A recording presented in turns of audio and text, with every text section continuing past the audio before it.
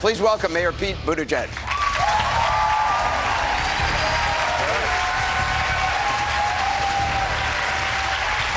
Welcome. How are you? Good to see you.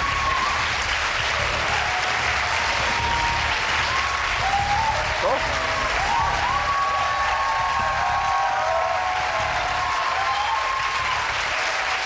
All right, shall we get right to it? Let's do it. All right. First question is from Araulua Omatoa. She's a freshman at Harvard from Idaho. Araulua? Hi. Thank you, Mayor, for taking my question. Thanks. So in a recent comedy piece, Trevor Noah said that you were the exact opposite of Trump in many regards, going so far as to say that you were the anti-Trump. However, similar to Trump, you lack experience in state and federal governance.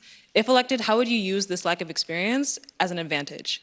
Well, first of all, in many ways, experience is my answer to the question of age. I get that my experience is not the most conventional for somebody running for president, but unlike this president, I have experience in government. As I often point out, I got not only more experience in government than the president, but more executive experience than the vice president, and more military experience than anybody who's come into that office since George H.W. Bush. I also think that, though, my life experience is relevant too. Belonging to a generation that is going to be on the business end of so many of the decisions and, frankly, the lack of action that's happened on issues from climate to college affordability to making sure that we do something about the fiscal sustainability of this country. Look, everyone coming into that office brings the combination of life and professional experiences that they have, plus their values. But I would argue that it doesn't get very much more different. It's not possible to be much more different from this president than somebody like me. And I think we also need a little more of that local perspective. You know, to be honest, when I was a student, when I was hanging around the IOP, I didn't think a lot about local government. If it ever came up, it was usually in the phrase state and local government, almost like they were one word, like state and local was the same thing. But what I've and all I really thought about was federal government. But what I've found is there's so much purpose, so much meaning, but perhaps most importantly for today, so much actual problem solving that happens at the local level. Like, you would never have a city government shut down because of a disagreement over policy. Like, if I got a problem with our legislative body, our council, it would never lead to the city shutting down because we deliver water. So it's not possible. You need water to live. And so we simply figure it out. And now I think we need that same attitude to make its way into federal politics before it starts happening the other way around. I got to follow up on that. I'm just checking it out. Your campaign website, it's got a lot about who you are, what you believe in. It doesn't have anything specific about policy, like nothing. There's no policy section on it. At what point do you need to start actually presenting specific policies and a whole policy platform? Well, I think I've been pretty clear where I stand on the major issues. I think I led the field in opening up the debate about policy on structural reform for the Supreme Court, for example. I'd say I've been more specific than many in offering a pathway to get to a Medicare for all environment versus just saying we can make it happen. And there's a tool coming online shortly, if it's not there now, that will make it possible to just enter a keyword and see, visualize, pull all the video on what I've said about that particular issue. We'll continue to roll out specific policy proposals too, but I also think it's important that we not drown people in minutiae before we've vindicated the values that animate our policies. Because as Democrats, this is a habit that we have. We go right to the policy proposals, and we expect people to be able to figure out what our values must be from that. I expect that it will be very easy and clear to tell where I stand on every specific policy challenge of our time, but I'm going to take the time to lay that out while also talking about values and everyday impacts, rather than competing strictly on the theoretical elegance of the proposals themselves. But it's hard to compare where you stand to, Elizabeth Warren, who was out here. Even from your website, it's sort of like comparing. It's not. You just can't compare the policy positions. So, it's hard. Well, some of that will come out tonight, and I look forward to that. Okay. Again, I think I've weighed in pretty specifically on a number of policy issues. We're now in the second week of my campaign being official, and we'll continue building our website accordingly, too. Cool. All right. Let's bring in Hannah Schoenbaum. Hannah Schoenbaum is a sophomore at Boston University studying journalism from California. Hannah? Hi, Mayor Buttigieg. Hi. You've said in past interviews that you believe large corporations are the biggest challenge facing America. What specifically is your plan for addressing corporate control? If you believe that you'd like to break up these major corporations, what legislative action would you take to do so? Great. So there are several problems in our economy's relationship to our democracy right now. The biggest problem that I have with corporate America is the way that concentrations of wealth and corporate power have turned into concentrations of political power. And it's one of the reasons why I think we need to act quickly to establish as a matter of principle that corporations do not equal people and that money does not equal speech. Some have said that within the framework of the Constitution, you can't draw those boundaries, and that led to a decision that I think has been disastrous for our politics, which is the Citizens United decision. I don't believe that the Constitution says that, but if it does, if that's going to be the direction that our federal judiciary takes going forward, then I think it's necessary to formulate a constitutional amendment to clear this up once and for all. And I'm under no illusion that it's possible overnight to get that reform, but I think most Americans actually agree that we need to get money out of politics. Now, as you said, there's also issues with the sheer agglomeration of different business interests into single corporations. But part of how we regulate that is according to whether they're behaving in an anti-competitive fashion. Right? This is the basis of antitrust law. Antitrust law, as we know it, has begun to hit its limits with regulating tech companies. And part of why that's happened is it was always based around the idea that the reason you got to stop monopolies from happening is that when they happen, they start to jack up prices. So that framework made a lot of sense for making sure that railroads or fruit companies could get broken up if they were abusing the system. It's not designed to handle some of these tech companies where there's actually no price at all. The product is made free, or at least it's free on its face. We've learned, in part because of the way our data are used by these companies, that nothing is actually free. And so we're going to need to empower the FTC to be able to intervene, including blocking or reversing mergers in cases where there's anti-competitive behavior by tech companies, even if it can't directly be applied to pricing, because you're not seeing it in the form of changes to prices because the product's free. We've got a question about immigration. This is Leo Garcia. He was born in Bogota, Colombia. He grew up in Houston. He's a sophomore studying sociology and chemistry at Harvard. Leo? While currently DACA only protects about 700,000 immigrants, there are about 11 million others that are currently unaddressed. How do you approach a comprehensive immigration reform, and how do you feel about the Dreamer narrative that only addresses these 700,000? Well, I think the reason that the Dreamer story is so powerful is that it reflects the experiences of people who are Americans. They're not U.S. citizens, but in many cases, this is the only country they can even remember because they came to this country through no choice of their own. And so I think it's one of the reasons why there's a broad U.S. consensus that we need to find a way to protect Dreamers. But as your question brings out, there are over 10 million people who are undocumented immigrants in this country who don't fall into that category.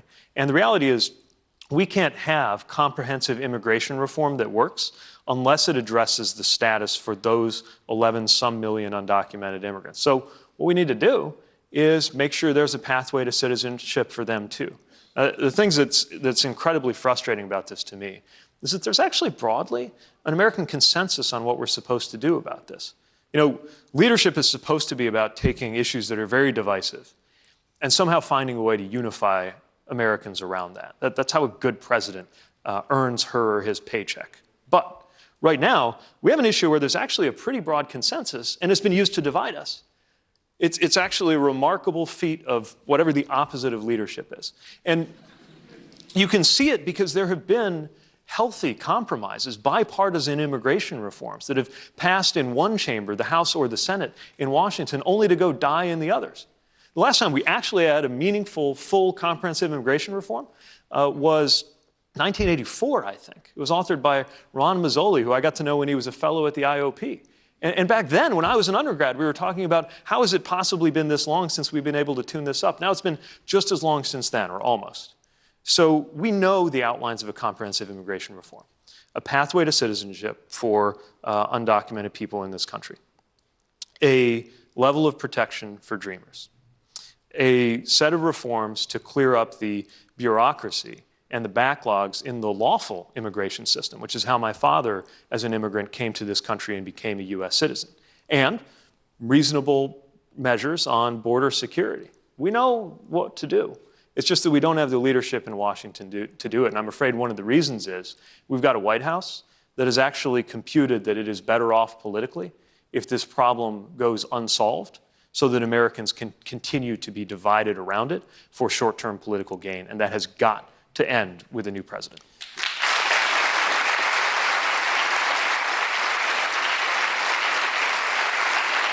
Let me just follow up on that.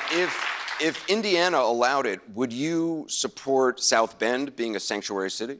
So one of the things I've noticed, because we were trying to figure out in South Bend what this meant when the Department of Justice was threatening mayors with withdrawing our JAG funds and grant funds for the police department based on whether we were a sanctuary city, is they couldn't actually tell us what that means.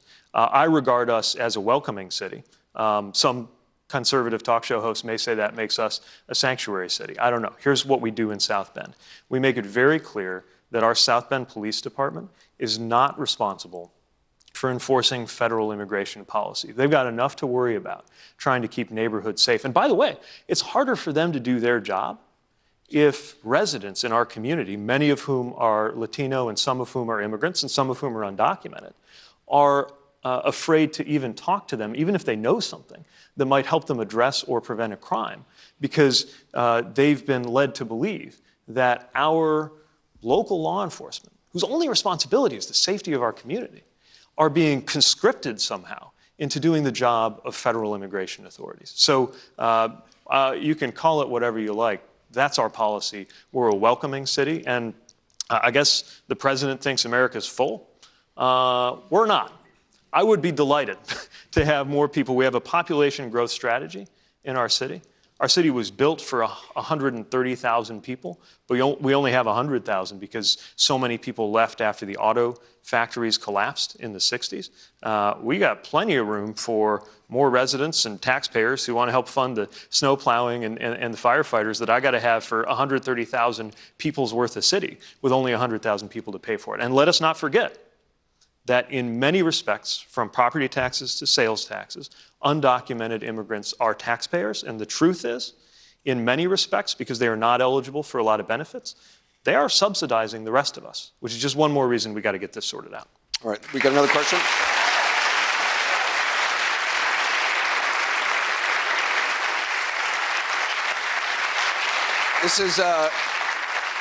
This is Christian Abney, a freshman at Harvard from your home state of Indiana. Christian. All right, where are you from? I'm from Kokomo, actually, Nice. so pretty close Kokomo. to South Bend. Yeah. So I'm from a city very similar to yours, a small Midwestern town that's obviously been very affected by the post-industrial situation of the United States. In a 2017 interview with David Axelrod, you noted that NAFTA resulted in irreplaceable job losses across the Midwest. How would your administration negotiate trade and bring success to American industry? Thanks for such a great question. As you know, this is close to my heart because it's close to my hometown. And during the Chrysler partial shutdown and all the layoffs, Kokomo, what was happening in and around Howard County and Kokomo was an example of just how vulnerable our communities are in the industrial Midwest to policies and markets when it comes to manufacturing. So we need to find a way to make sure that trade actually works for us. There's no building a wall around the status quo. You can't put the horse back into the barn. It doesn't work that way. But what we do need to make sure of is that there are enough measures, including adjustment assistance, including making sure that we make whole in some way the people who were made worse off, that we're actually keeping the promise of trade. The promise that was made when I was growing up was that if we did these things, the rising tide would lift all boats, right? And we'd all be better off. And it turns out it didn't work that way. The rising tide rose. That part happened. It's just that a lot of the boats turned out to be anchored to the ocean floor. But we can make trade work for our communities. One of my favorite examples, actually, is a Union Auto Workers, UAW facility in St. Joseph County, where I live, that is making electric vehicles for a startup based in Silicon Valley, where the funds and a lot of the investment came from China. And before that, there was a 3-year contract where that facility was working for Mercedes. And they were making vehicles that are sold in the Asian market. So you got American union auto workers making German cars going to Chinese customers. And we're sending our products, not our jobs, to Asia. That's how I want it to work. Now, just one other thing I want to mention. As much legitimate concern as there is about trade and making sure we have fair trade that works for us in communities like where you and I come from, we got to be honest about the fact that for every job in manufacturing that has been lost as a consequence of trade, there's several more that have been lost as a result of technology and automation. And that's not going to change. That facility I was telling you about making electric vehicles, even though they're planning to make something on the order of 30 to 50,000 cars, does it with hundreds of workers, not thousands or tens of thousands, the way it used to work in the Studebaker days when South Bend was an automotive center. That part's not going to change. So manufacturing can continue to grow stronger in this country, but it's going to be less and less labor intensive, less and less human beings on the floor per dollar of output. And that's why we need policies that can get ahead of the economic shifts to come and recognize that our generation's not going to be able to count, as our parents' generation often did, on the idea of a single relationship with a single employer or a couple employers across the course of your entire career. Got another question. This is from Kelsey Scott. She's a sophomore studying political science at the University of New Hampshire. Kelsey. Hi, Mayor. Hi. The school I attend, the University of New Hampshire, has one of the highest in-state tuition rates for public schools in the whole country. How would you work to ensure that these rates don't rise and make it so future students won't have to deal with such a financial burden? Thank you. This is kind of a personal issue for us because Jason and I live with 6-figure student debt. And so I know what you're up against. And in particular, in speaking with students and policymakers here in New Hampshire, I've learned about the extent to which in-state tuition here is actually higher than it would be for you to go out of state to a lot of other states, which of course defeats so much of the purpose of having higher education institutions that are supposed to build up the life of our state, right? It's almost like a big sign saying get out. It makes it that much harder if you're committed to being part of the community or the state that produced you. So there are several things that we've got to do. One of them that I think is kind of most at stake in the question that you raised is we've got, through a combination of carrots and sticks, we've got to induce states to carry more of the burden instead of continuing to pass it on to students. Students are getting squeezed because states are less and less willing to appropriate the funds to make sure that in-state public college tuition is truly affordable. Now, on the back end, we've also got to work on student loan debt. If I can refinance when interest rates change, I can refinance the debt on our house, then it stands to reason that you should be able to do that with student debt too. There's a whole other suite of things that we need to do relevant to community colleges and for-profit colleges. But I think those two steps, coupled with a significant increase in Pell Grants, would make a big difference for college accessibility. And by the way, this time, when we're increasing Pell Grants, let's actually peg it automatically to inflation so we don't have to ask Congress to do that again and again. I want to follow up. Elizabeth Warren today released a plan that would give loan relief to households making less than $250,000 with $50,000 in loan cancellation for families earning less than $100,000. Is that something you would support? The funding of it, she says, would come from a 2% tax above $50 million for 75,000 Americans. Yeah, I still want to do some math around it. I find it pretty appealing. I'm not as certain that I'm comfortable with people of that high in income participating until we have completed the transition to a more progressive tax code. Because I think if you're north of $200,000, maybe you're at the point where we could ask you to take care of that on yourself. But the theory of it, I think, makes a lot of sense. All right, we're going to take a quick break. We're live in Manchester, New Hampshire for the special CNN Democratic Presidential Town Hall event. We're here with Mayor Pete Buttigieg.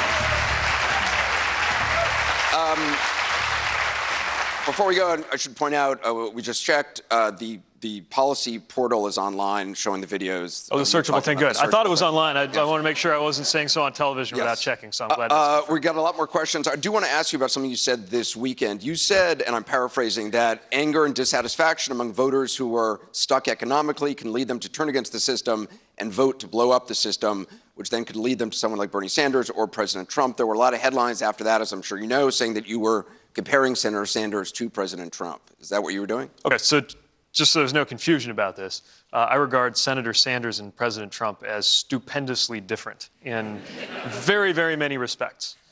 But I do think it's worth noting that there was so much anti-establishment energy, and that can find its way in a number of very different political directions. But when you think about the number of voters, certainly where I come from, who basically narrowed down their choices in the last election, either to Bernie Sanders or to Donald Trump, it tells you that some of the most important things on voters' minds aren't just, are you close to me on a left-right political spectrum, but are you really going to profoundly change the system that we're living in? And I think the president, even though it was all, I don't know what I can say on cable, it was all untrue. You can say pretty much anything on cable. Okay, great. Well, it's bull, right? But there was this sense that I'm going to blow up the system. And I think this is really important to understand because we need to make sure we just strategically as a party, that we don't come to be viewed as the defenders of a system that is letting people down. And we wouldn't be here if the economic and political system hadn't failed people. The reality is, and this is not just in the United States, but in general, people are more susceptible to messages that revolve around hate. People are more susceptible to xenophobia and to racism when they feel out of touch with the political environment that they're in overall. And we'd better pay attention to that because as somebody who studied counter-radicalization abroad, I think we need to apply some of those messages at a moment when some of the supporters of this president are adopting more and more extreme positions. And as even mainstream Republicans start looking for some way out, if you're still on board with that now, it gives you almost nowhere else to go. And we got to follow this and figure out a way. If somebody's voted Democratic again and again and again, right up until 2016, and then voted for Trump, I want to make sure that voter starts voting Democratic again. Are you saying the system doesn't need to be blown up? No, the system needs to be changed profoundly. I guess that's my point. We can't just nibble around the edges and expect people to be happy with us. Now, I've got a slightly different account than my competitors do about how best to do it. But the fundamental lesson is that our economic and political system has been letting people down, I would say, for my entire lifetime. And one of the reasons I believe that we're at this kind of tectonic moment, this once in every half century or so moment that really is a hinge point between eras in American history. I mean, as big as the moment when the New Deal came about, or the moment that I would argue we've been living through ever since when Reaganism kind of became ascendant in this country, that's come to an end. We're at the dawn of something new, and it could be really enlightened and really fantastic, and it could also be really ugly. And a lot of that's going to depend on what happens now, which is why I believe, as much as I care about replacing this president and winning this election, I think what's at stake right now is how to win not just an election, but an era.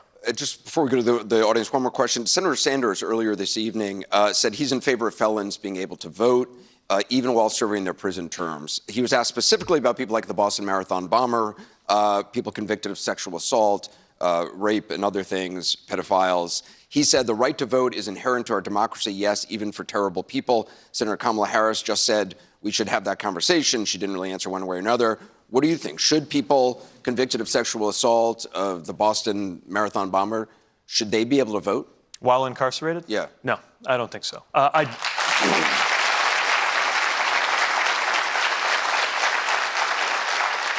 do believe that when you are out, when you have served your sentence, then part of being restored to society is that you are part of the political life of this nation again. And one of the things that needs to be restored is your right to vote. As you know, some states and communities do it, some don't. I think we'd be a better country if everybody did it. And frankly, I think the motivations for preventing that kind of reenfranchisement in some cases have to do with one side of the aisle noticing that they politically benefit from that, and that's got some racial layers too. So that's one of many reasons that I believe that reenfranchisement upon release is important. But part of the punishment when you were convicted of a crime and you're incarcerated is you lose certain rights, you lose your freedom. And I think during that period, it does not make sense to have an exception for the right to vote. We have a question from...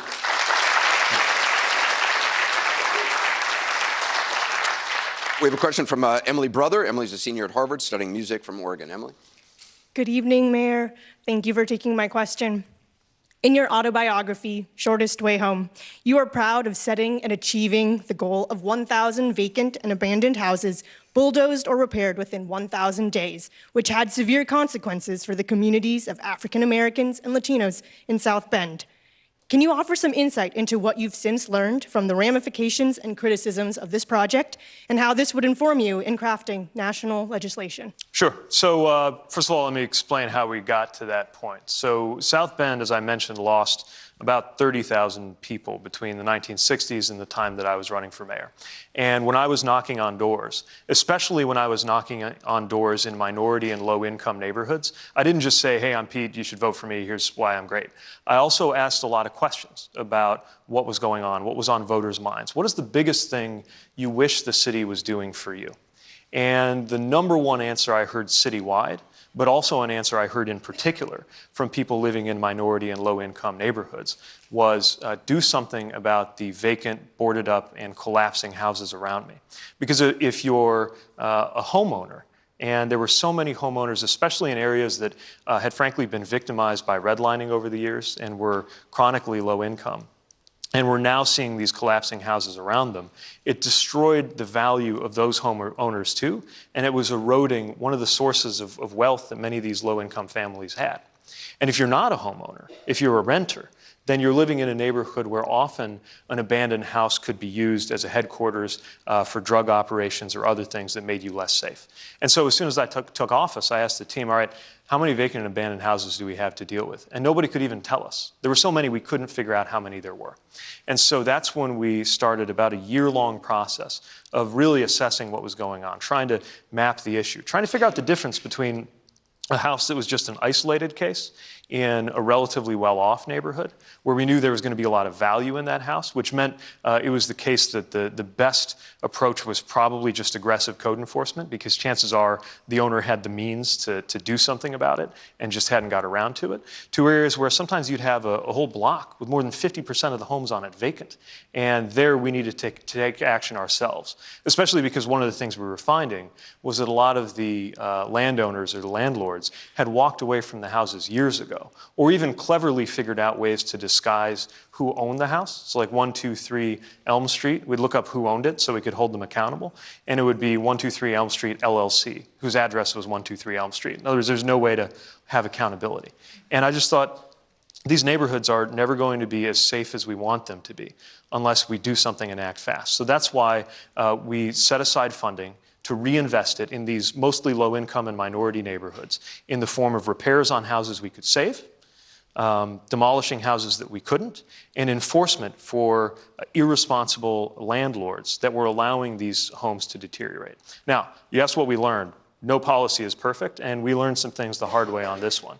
In particular, what we found is that our policy tools didn't do a great job at first of being able to tell the difference between a sort of big, bad, out-of-town landlord who just thought of these houses as lines on a spreadsheet and never even visited South Bend, and somebody who maybe had 3 or 4 properties in town as investments, or one area where we had a lot of issues was somebody would buy a house believing they could fix it up and not even know that it was on the vacant and abandoned list and that we were coming in to demolish it. So over time, we learned to be more in dialogue with homeowners, at least when we could figure out who they were, and had a bit of a lighter touch, or at least a more accommodating conversation between the enforcement side and the homeownership side. So I guess the thing we learned most is just the value of communication, quantity time.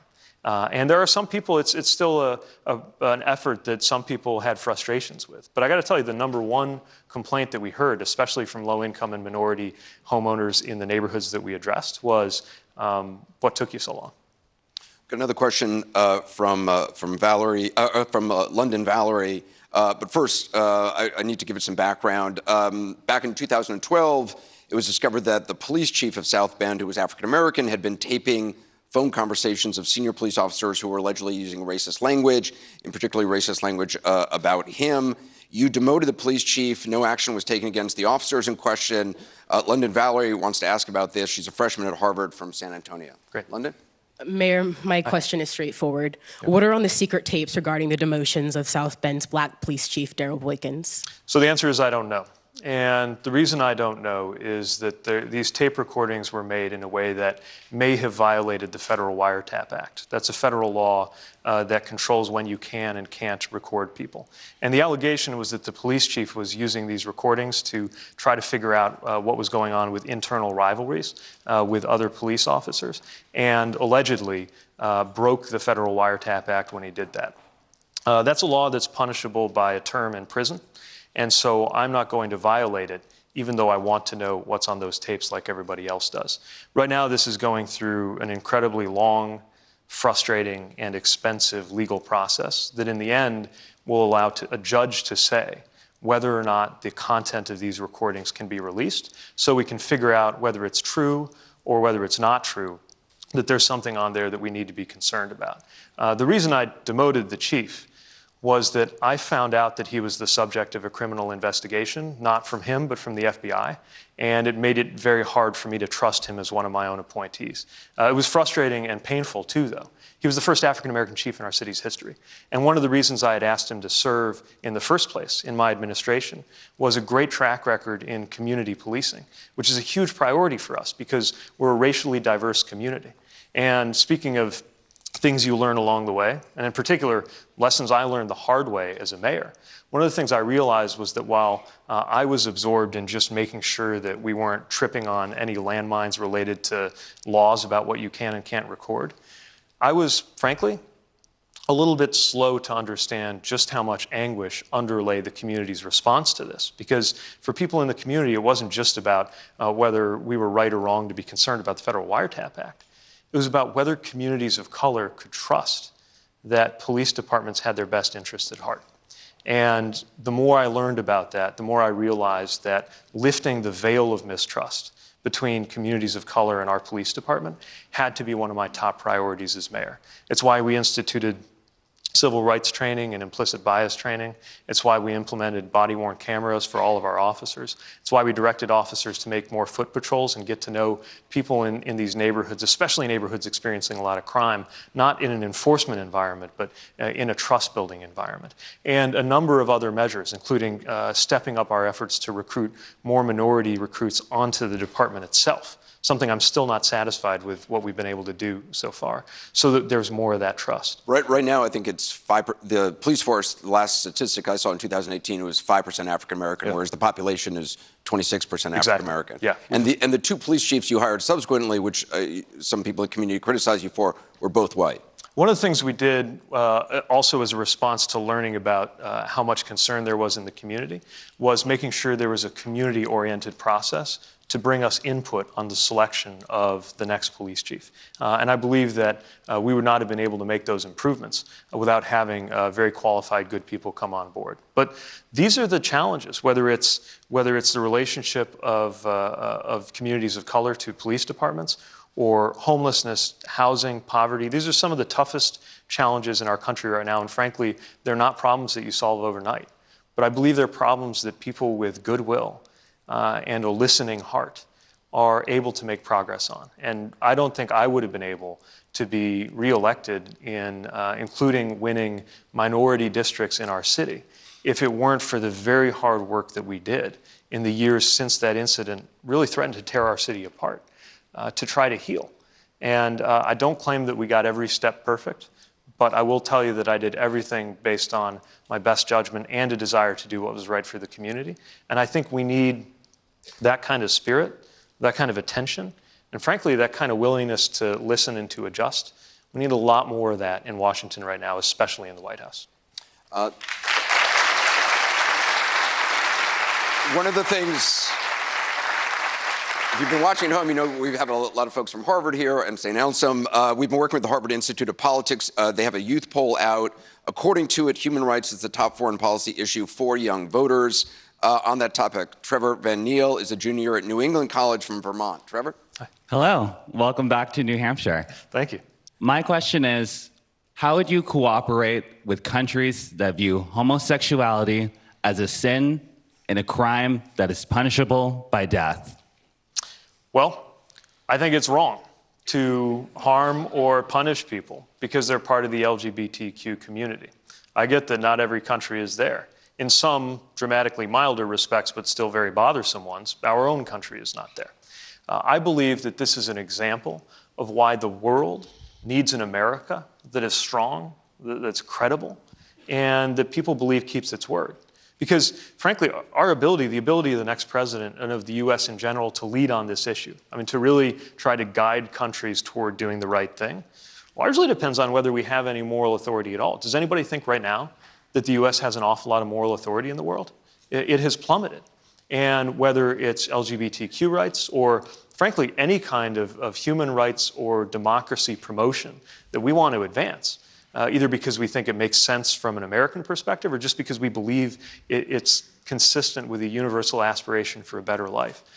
It's really important for the US to be a credible messenger. I still believe in the American model, for all its flaws.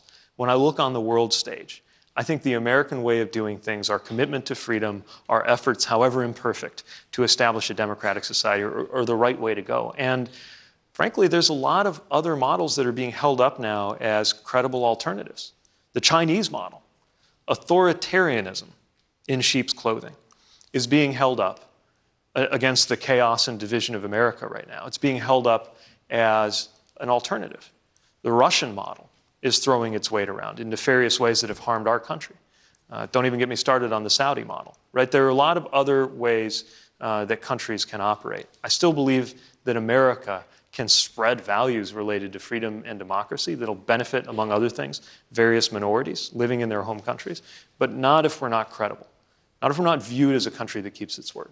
And we've got to do better on that. And the next president probably will make all the difference in this incredibly sensitive time in world affairs on whether we get into the rest of the 21st century with American leadership continuing to be at the front of the pack or increasingly something people just scratch their heads over. I want to ask you just a personal question, if I can. In 2015, at 33, is when you came out publicly.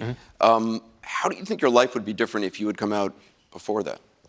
Well, frankly, I came out because I wanted to date. And if dating had been available to me in my 20s, I'm not sure I would have got nearly as much done. Honestly, I don't know exactly. But what I do know is that at first I convinced myself that I didn't need much else in my life because I had a really demanding job, especially once I became mayor. I was mayor most of the time, and then I was also a member of the reserve. That was more than enough to keep me busy. And the city was a jealous bride, and I was fine with that up to a point. It was when I came back from my deployment, having taken time to serve in Afghanistan while mayor, and I came back from that leave of absence, that I started really thinking about how you only get to live one life. And I came out, and I started dating, and I found Chasten.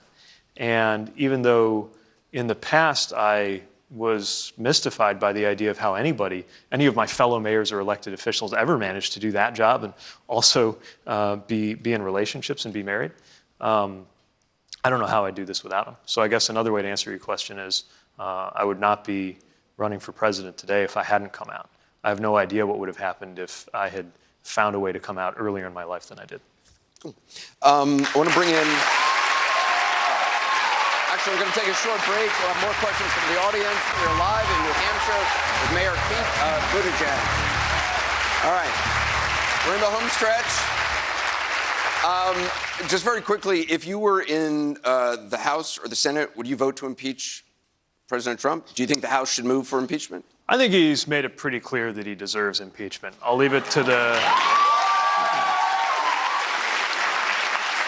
But I'm also going to leave it to the House and Senate to figure that out, because my role in the process is trying to relegate Trumpism to the dustbin of history, and I think there's no more decisive way to do that, especially to get Republicans to abandon this kind of deal with the devil they made, than to have just an absolute thumping at the ballot box for what that represents. Do you worry if Democrats focus on this, though, it's going to take away time from tabletop issues that... Well, again, the Congress is going to have to figure out how to do several things at once. But while we're making sure there is oversight and accountability, which there's got to be, we've also got to make sure we're talking about the things that most affect people in an immediate and concrete sense. Again, these are some of the reasons why a lot of voters where I come from are disaffected with the system entirely. And we can't, the more we're talking about him If we're only talking about him, then folks at home feel like nobody's talking about them. And that's why, I mean, it's hard to look away from a horror show. That's just how it is. It's mesmerizing. But we have got to figure out a way to change the channel. Sean Kirk is with us. He's a graduate student at the Harvard Kennedy School and a student at Harvard Law School. Yikes. Man. I'm a total schlub. Oh, great. He also served as a surface warfare officer in the U.S. Navy. All right. He's done everything. Oh, Navy guy.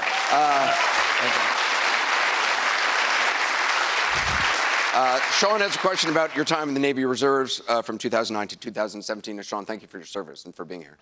Thank you, Mr. Cooper. Mayor Buttigieg, did I pronounce it right? You did. Well okay, done. awesome. It's that SWO training kicking in. Well done.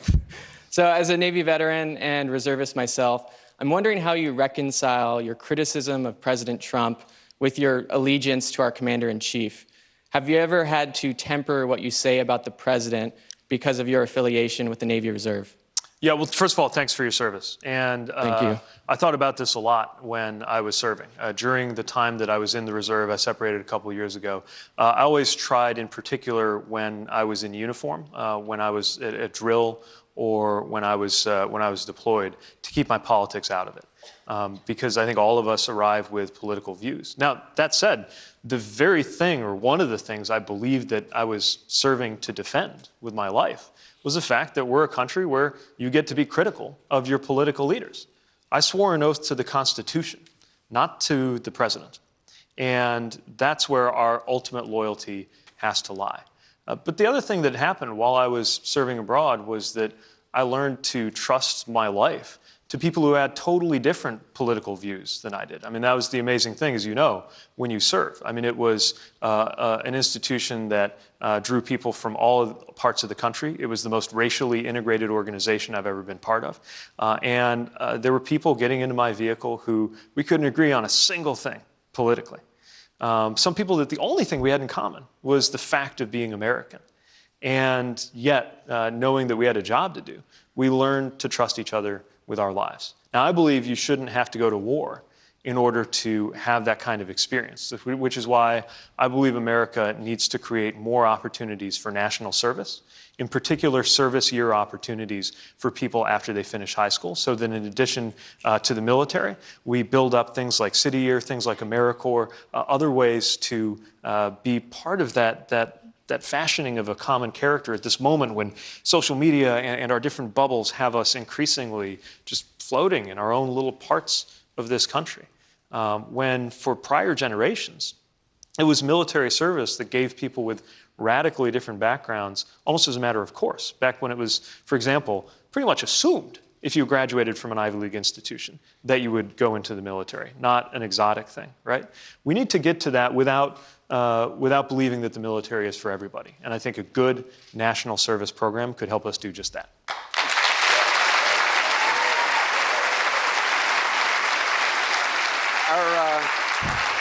Our next question comes from Camille Caldera. She's a freshman at Harvard from Maryland. Camille? Mayor Buttigieg, you've talked openly about your strong Christian faith as well as your identity as a happily married gay man. I myself am a bisexual Christian woman. How will you challenge the right's moral monopoly on Christianity to unite conservative, moderate, and liberal Christians alike behind you and your platform? So, as you know, it can be challenging to be a person of faith who's also part of the LGBTQ community. And yet, to me, the core of faith is regard for one another. And part of how God's love is experienced, according to my faith tradition, is in the way that we support one another, and in particular, support the least among us. Again, let me preface this by saying, I believe strongly in the separation of church and state. And I think anybody who steps into the public sphere needs to make it clear that they're here to support people of any religion and people of no religion. But I also think we ought to be honest about where we're coming from. And part of where I'm coming from is a faith tradition that counsels me to be as humble as possible, that counsels me to look after those who need defending. And frankly, it couldn't be more radically different than what I see certainly in this White House, where there's a lot of chest thumping and self-aggrandizing, not to mention abusive behavior, but also a political agenda that seems to always be revolving around the idea that somehow it's too easy for poor people in this country. It's just so different than what I get when I read Scripture. And I get that one of the things about Scripture is different people see different things in it. But at the very least, we should be able to establish that God does not have a political party.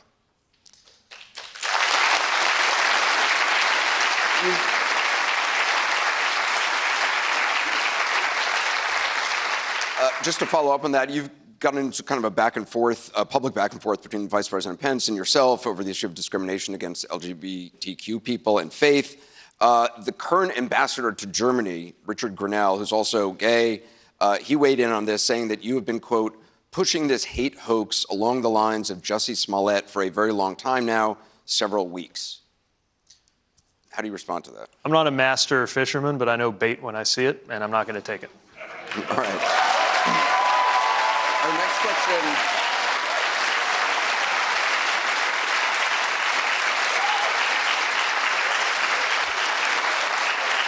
Our next question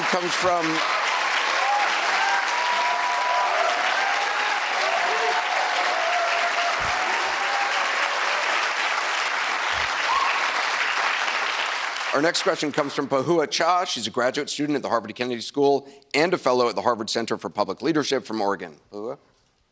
Good evening. My question is that many people accuse our generation, I'm 31, and younger generations of being fake woke or of the age of Instagram. As the youngest candidate, what do you think sets you apart from the other candidates, and what do you think has been unfair criticism? Well, I think, in the same way that a candidate needs to be there for people of every religion or no religion, you got to be there for people of every generation. I also think the longer you're planning to be here, by definition, the more you have at stake in the decisions that are going to be made, especially when climate change is largely going to dictate the economic opportunities and even physical safety of people our age and younger in particular. At a time when we're going to be asked to foot the bill for unaffordable tax cuts on billionaires passed by the last Congress and signed by this administration. And so while I think anybody of any age can speak to these issues, I think having a personal stake in what the world's going to look like in 2054, that's the year I get to the current age of the current president, I think having a personal stake in that helps you have standing to speak to some of these issues and concerns. I do think that sometimes people look at our generation and raise an eyebrow. And I think part of it is out of a sense that we're not as politically engaged. When I was a student, actually, that was just around the time the IOP started doing an annual poll, a body of research around young people's involvement in politics. And the hypothesis they were testing at the time was, do young people just not care as much? Because you saw patterns of voting and volunteerism were low. And what we found was that while voting and volunteerism on campaigns was low, volunteerism in communities was really high. So the question wasn't, what's wrong with young people, that they don't care about the world around them? The question was, what's wrong with our system, that young people who clearly do care about the world around them don't necessarily believe that politics has anything to offer them? And that's something we've got to change. While I passionately believe that every young person ought to be involved, ought to vote, ought to be engaged, ought to hold candidates accountable, I also recognize why a lot of young people question whether their votes matter.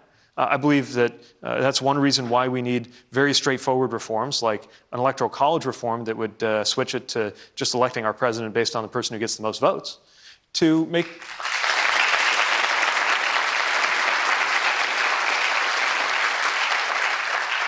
making sure we do something about money in politics and redistricting. All these things we've talked about for years, they've always been important, but they've never been seen as urgent. And I think that that critique of young people, of thinking twice before we get involved in politics, in the short term, I hope to defeat that by getting more young people involved in politics. But in the long term, I hope to make our politics more inclusive so that young people never have to ask that question, does my voice matter? Mayor Pete Buttigieg, thank you very much.